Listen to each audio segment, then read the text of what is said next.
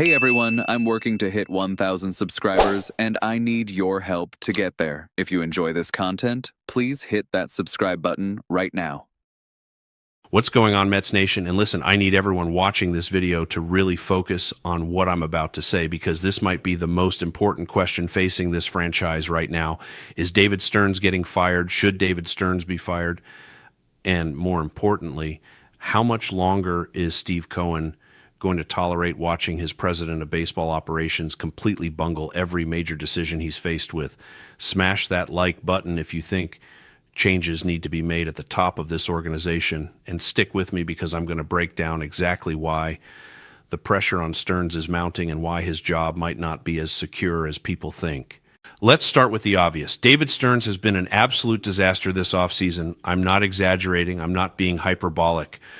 Look at what's happened under his watch. Pete Alonso, the franchise home run leader, gone to Baltimore without the Mets even making him a contract offer.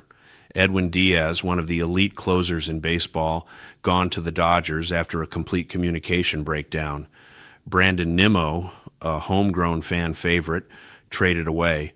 The roster is objectively worse than it was at the end of last season, and we're supposed to believe this is all part of some master plan that's going to pay off down the road. But here's what nobody's really talking about. Steve Cohen is not a patient man. He didn't become a billionaire by accepting failure and waiting for things to get better on their own. He's a guy who makes decisions quickly when something isn't working. He fires people who don't perform. He doesn't tolerate mediocrity. And right now, he's watching the president of baseball operations that he hired turn this franchise into a laughingstock while the Yankees and Dodgers keep getting better. Now, I know what some of you are thinking. Stearns just got here. He needs time to implement his vision. You can't judge him after one offseason. And normally, I'd agree with that logic. Normally, I'd say give the guy a chance to build something.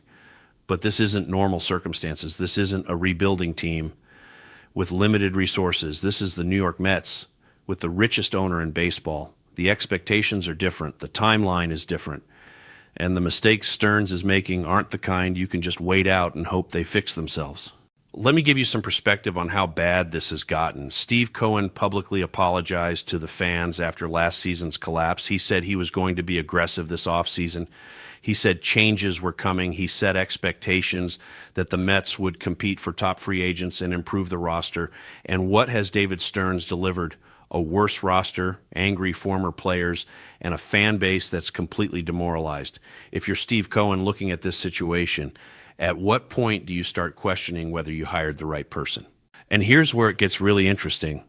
There are already whispers around baseball that Cohen is frustrated with how this offseason has gone. Now, these aren't confirmed reports. Nobody's going on the record saying Cohen is ready to fire Stearns. But people close to the situation are saying that Cohen expected more. He expected aggression. He expected the Mets to be players for the top free agents. He expected his financial advantages to actually be used. And instead, Stearns is operating like he's still in Milwaukee with a limited budget. Think about it from Cohen's perspective. You're worth $14 billion. You just got approval for an $8 billion casino project. You bought the Mets specifically to win championships and bring glory back to this franchise. You're willing to spend whatever it takes. And your president of baseball operations is out here letting franchise players walk without even making them offers. He's losing star players over money that amounts to pocket change for you. He's making conservative small market decisions when you've given him the resources to be aggressive and dominant. How long do you tolerate that? How many off seasons do you give Stearns to figure out that he's not in Milwaukee anymore? How many times do you watch competitors improve while your team gets worse before you decide that maybe this isn't the right fit? Because I'm telling you, if the Mets struggle out of the gate next season, if they're sitting at 500 in June, if the fans are booing and the media is roasting them, Steve Cohen is not going to just sit there and accept it. He's going to make a change. And here's what makes this situation even more precarious for Stearns. The market for top baseball executives is always active. There are smart people available. There are executives from other organizations who would jump at the chance to run the Mets with Steve Cohen's resources. If Cohen decides that Stearns isn't working out, he's not going to struggle to find a replacement. He could have his pick of some of the best minds in baseball, people who actually understand how to operate in a big market with big expectations. Now, let's talk about what would actually trigger a firing. because I don't think Cohen is going to make a move right now in the middle of the offseason unless things get dramatically worse.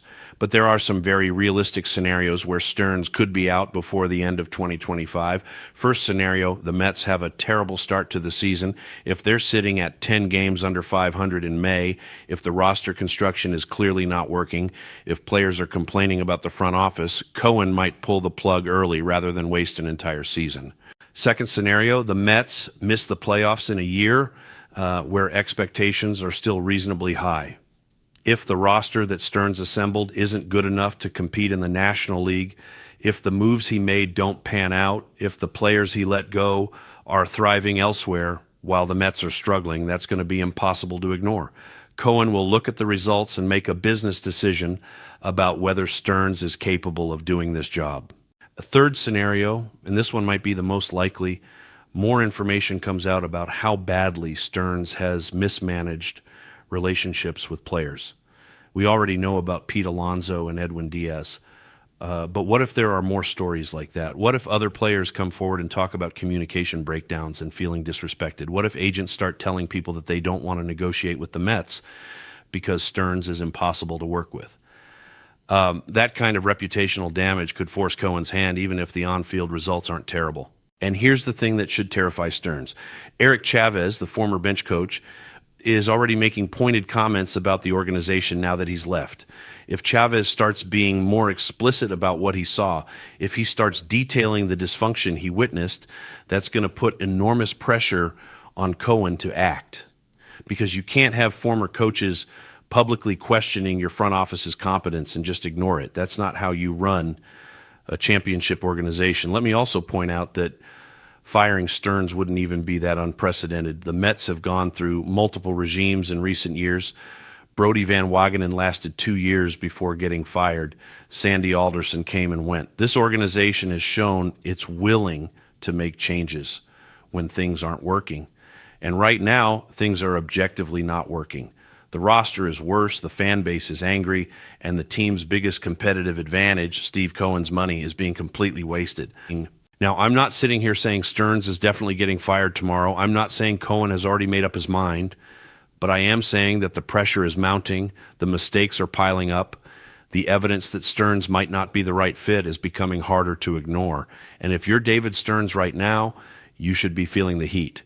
You should understand that your job security depends on turning this around and turning it around fast, because here's the reality. Steve Cohen didn't buy the Mets to finish in third place. He didn't buy them to watch the Yankees and Dodgers compete for championships while the Mets sit on the sidelines. He bought them to win. And if David Stearns can't deliver that, if he can't figure out how to operate in this market with these resources, Cohen will find someone who can. That's not a threat. That's just business reality. So what needs to happen for Stearns to save his job? First, he needs to make some significant moves this offseason. He needs to add impact players. He needs to show the fan base that he's actually trying to compete. Second, he needs to fix his communication issues. He needs to rebuild relationships with agents and players. He needs to stop treating everyone like numbers on a spreadsheet. Third, the team needs to perform next season, not just make the playoffs, but actually compete for a championship. Anything less than that is going to put his job in jeopardy.